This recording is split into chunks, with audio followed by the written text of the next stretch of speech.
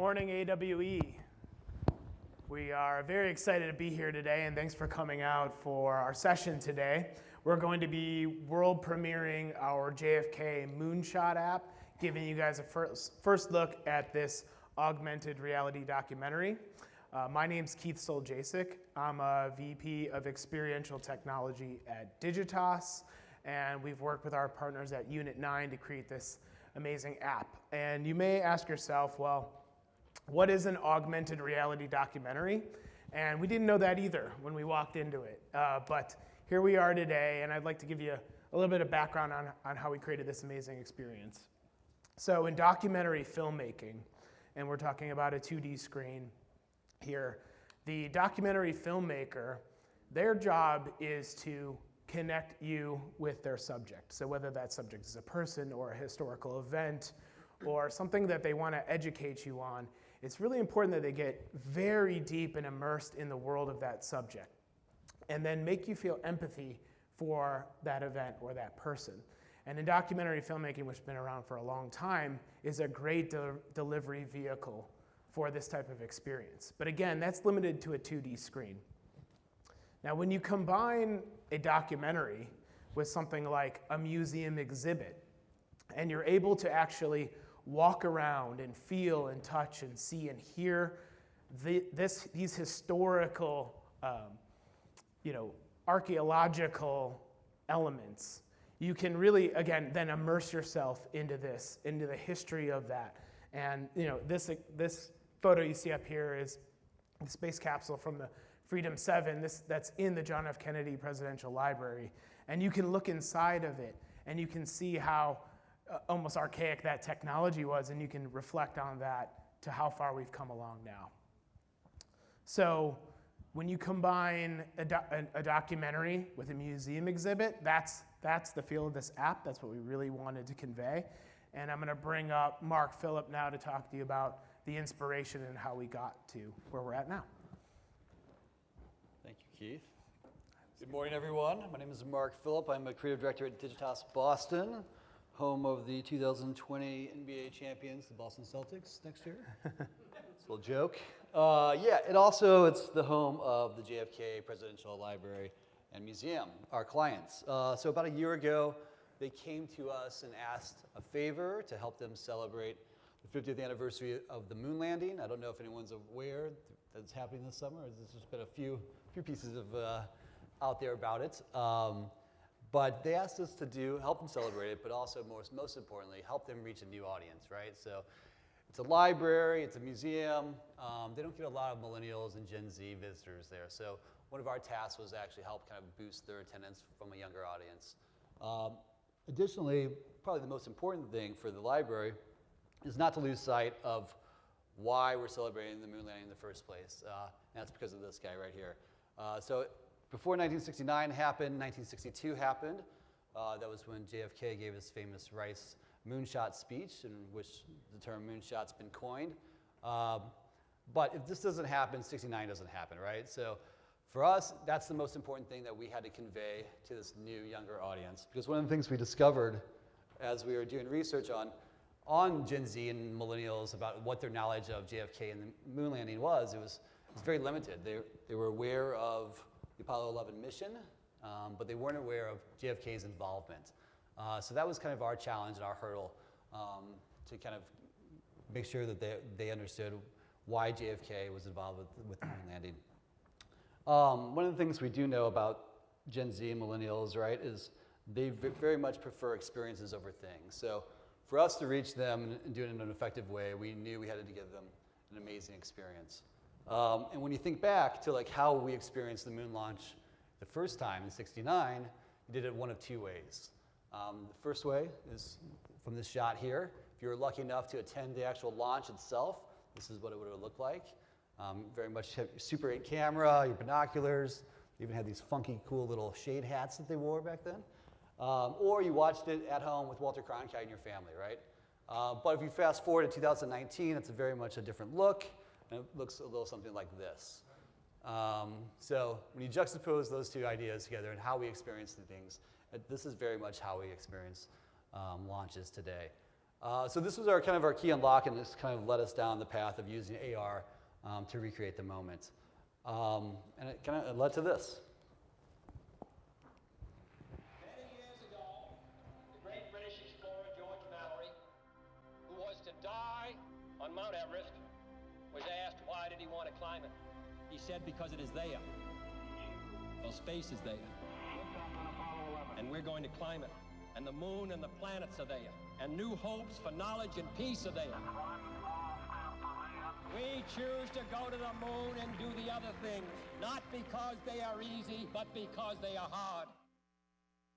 Feel free to clap, or not. So that's it's actually our promotional spot that'll be running in cinemas, AMC cinemas, through the month of June and July. That was directed by the talented director John Pearson out of Unit 9. So that is basically kind of an intro into how we got here. Let's talk about why we're actually here and talking about the experience. So JFK Moonshot is an epic retelling of the Apollo 11 mission from start to finish, and it unfolds in real time. So there are 4 key parts to the whole app itself. The first one is launch, the second is tracking, third is play, and the fourth is log. So the first one, launch component, is a very important one for us.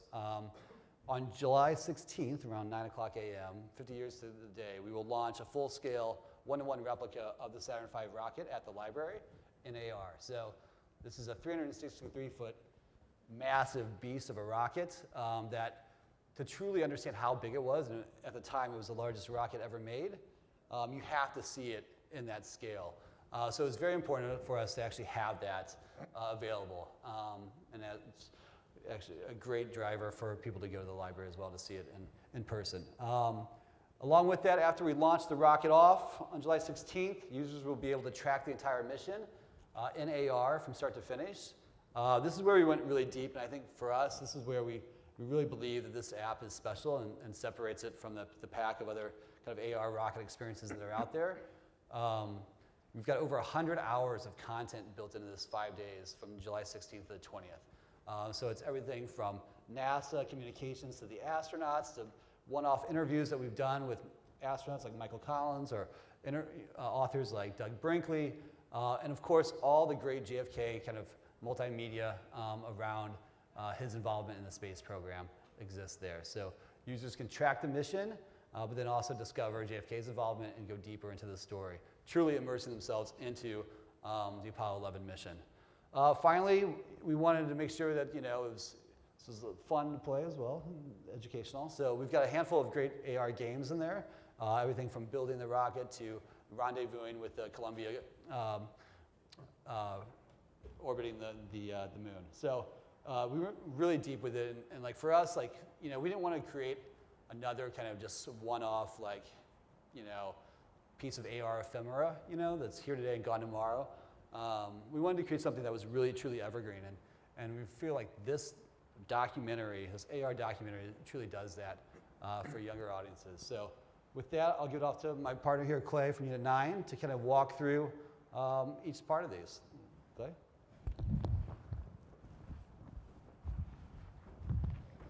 Hey, I'm Clay Weishaar. I'm an AR experience designer on the Unit 9 team. We got brought on to help realize this vision of launching the world's largest virtual rocket and basically bringing this story, this epic story, to life in augmented reality.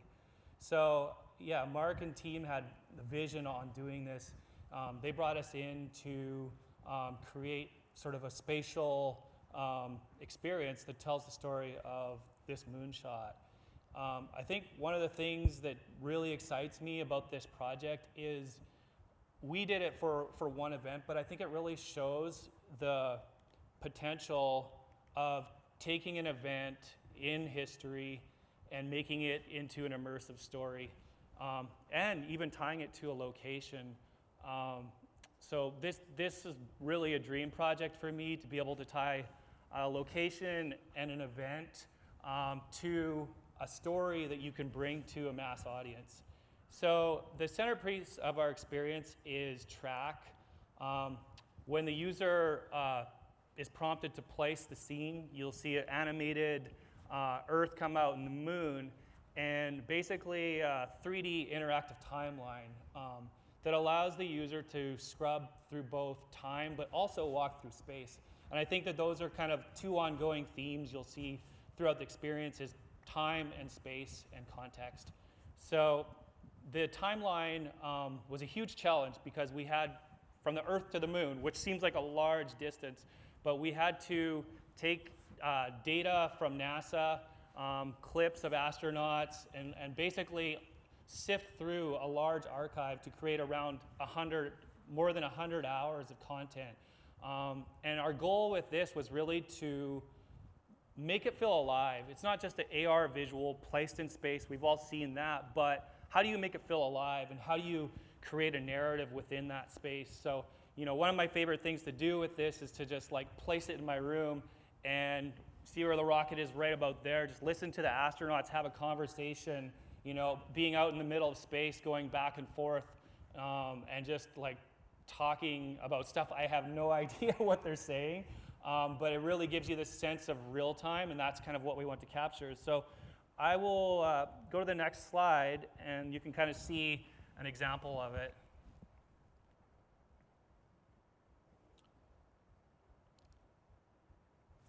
So it loads in. Once it's placed, you kind of see the trajectory that the Apollo 11 took going from Earth to the moon. And then you can kind of see this 3D spatial timeline move, along the trajectory all the way to the moon. And throughout that trajectory, we're surfacing content. And the one thing we wanted was people to be able to just dive in as deep as possible. Our whole team visited the JFK library, and we literally got buried in the archives, everything from the sketches to the original rocket. I know Mark and I were just taking snapshots, being like, this would be so great for this section, and this would be perfect over here. And we really hope that, people can go as granular as they want, but also have the agency to look at it on the surface, for what it is, and be able to play the role of a camera. And I think that's one thing Keith touched on earlier was just in an AR documentary, you are the camera. You decide where you want to go. If you want to go closer to that ship, you can move in. You do the pan in on it, and you can see the details of it. So I think that was huge. And I think what a takeaway, from just working on track would be you can UX things a lot. You can get things flat right, but you really got to dive into your experience. So any AR experience, just being immersed in it and testing it and playing it was where we really discovered a lot of the gems, and we're able to sort of tweak it. So this is an example of designing around location. Looking in the textbooks, I had no idea how big this rocket was. 363 feet doesn't sound like much, but when you're at the library and you're trying to place this beast somewhere, it's really not easy. That whole space in front of us with the concrete, the rocket wouldn't even fit on there. So we spent hours and hours just kind of scoping out the perfect place for it and sort of designing around that specific location to portray the actual scale of the rocket. And I gotta say, once I realized the sheer magnitude of this, sitting on top of this needle point, I mean, those astronauts have got to have serious courage to get up, in a rickety little, vessel at the very top of an explosive bomb, and just being a designer and immersing myself in that.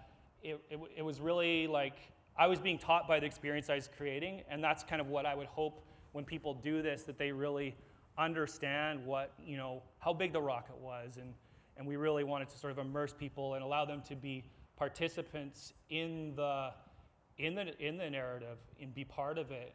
An example of being participants in the narrative is throughout the trajectory, we would launch mini games. So when you got to the moon and we had the moon landing happen, we'd actually allow people to land the lunar lander. I'm sure it was a lot harder than this, but this is really, really hard.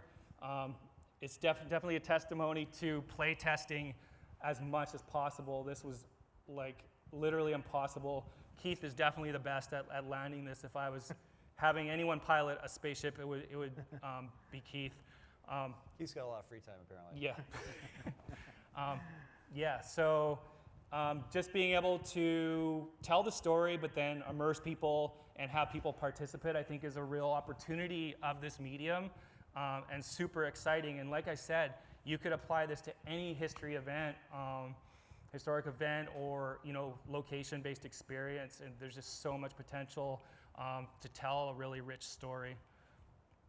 Here's another game of the astronauts walking around collecting moon rocks. So one thing you don't see is the astronaut that's actually in the ship.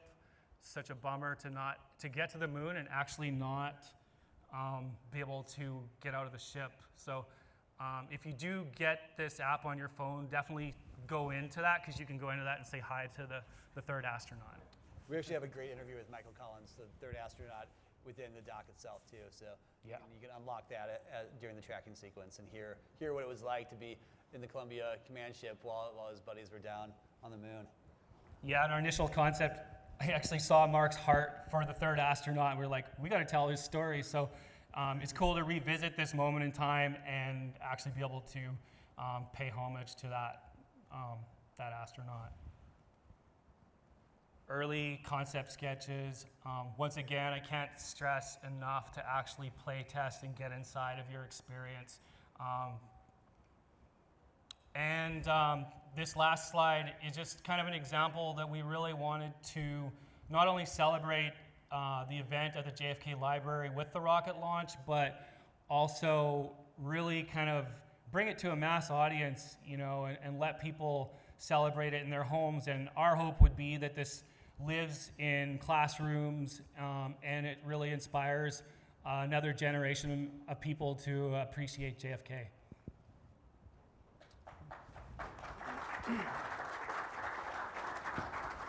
Okay, so thank you everyone for coming out today. Like I said, you're the first people in the world to see the gameplay footage here for the JFK Moonshot app. We would appreciate it if you could spread the word out there and make people aware that this app is coming out. The app is launching for download in June 2019. It'll be available both on the App Store and the Google Play Store. It is a free download, there's no charge, and you're supporting the JFK Presidential Library and the message that they bring. So you can visit jfkmoonshot.org to get reminded when the app becomes available for download. There will be around a month between when we launch the app and when we're launching the rocket on July 16th.